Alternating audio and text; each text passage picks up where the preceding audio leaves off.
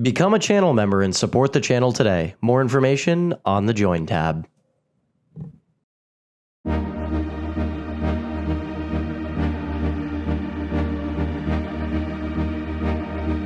After 22 years, the famous Jedi Bob has finally returned, this time starring in his own set based off of an upcoming LEGO Star Wars animated short coming to Disney Plus later this year. This character is recognized by both Star Wars fans as old as I am and ones too young to even be around for the set he came out in. The LEGO Jedi Bob is different from the original figure by having an alternative face and intentional weathering on him similar to the LEGO Benny figure from the LEGO movie. I quite like this fourth wall break. It's kind of like he's been chilling out in your LEGO bin for the past 22 years, and this is probably what he would look like. The torso print is a little weathered away, and he's got some chips on both face prints. He includes both the same expression seen on the original figure and a new alternative expression. I'm sure whatnot sellers and resellers alike were jumping for joy due to the fact that this figure is different from the original figure, and they can continue to still charge ridiculous prices for the original one. But those of you who do not care about the weathering or having an original one and just want the character themselves, this is a great and cheap way to finally get that figure, and you get a really cool ship along with it. The other two figures included in this set are wasted potential in my opinion. You get this Mon Cala trooper, which is literally just a clone trooper with a Mon Cala head. I don't know what type of significance this character will play in the upcoming short. I don't know if it's an enemy combatant or an ally. The box art depicts it like it might be an enemy combatant, but either way, this does nothing for me. Maybe children who watch the short will get something out of this, but for me, I don't get anything out of this. The last figure here is a brick-built Gonk droid named Servo, and in my opinion, this is an absolutely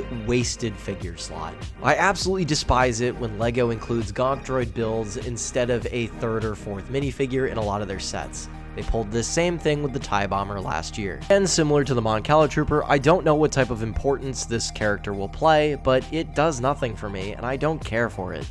Sure, the build looks fine, I have no problems with that, it's just a wasted figure slot. I think it would have been way more fitting if this set had an Astromech slot and included the LEGO-styled L3GO Astromech figure in this set. Considering the titular character included in this set is an original character created by LEGO that is non-canonical, I think it would have been really cool if they included the own LEGO-styled Astromech with this set. It would have been way more fitting and way more fitting than this Gonk droid. But take it or leave it, this is the figure selection for this set.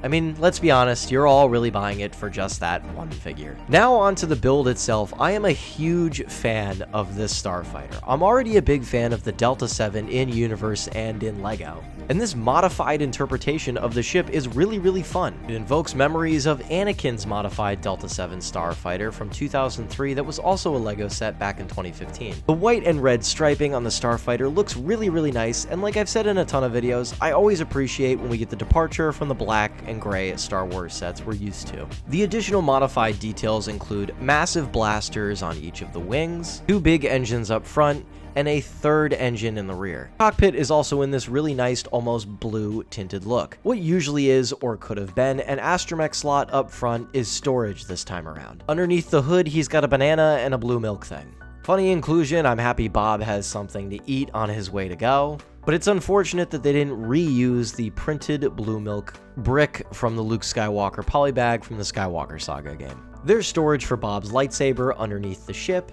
and like most Star Wars sets, there are spring-loaded launchers, with a spot for you to keep a spare right next to the lightsaber. And thanks to the use of the new spongy LEGO capes, Bob can be seated in the Starfighter without removing the cape or ruining it. I will also mention too that this set has a retail price of $40, which is $10 more than the last Delta 7 styled Starfighter that we got. That is ridiculous considering this set only has 300 pieces and technically 2 minifigures. But if you're willing to look past that price or waiting for a sale from a third-party retailer, you're getting a really cool Starfighter and the return of arguably LEGO Star Wars' most famous character in his own set. If you're an older fan of LEGO Star Wars, there's a good chance that you probably already own this set or plan on picking it up on August 1st. But it also begs the question of how popular this set will be with actual children. I guess it really depends on how popular that animated movie on Disney Plus ends up being, because the LEGO Star Wars youth of today does not recognize or have any personal attachments to this character besides knowing that he's popular. So considering all that, I am interested to see how well this set does on a global scale.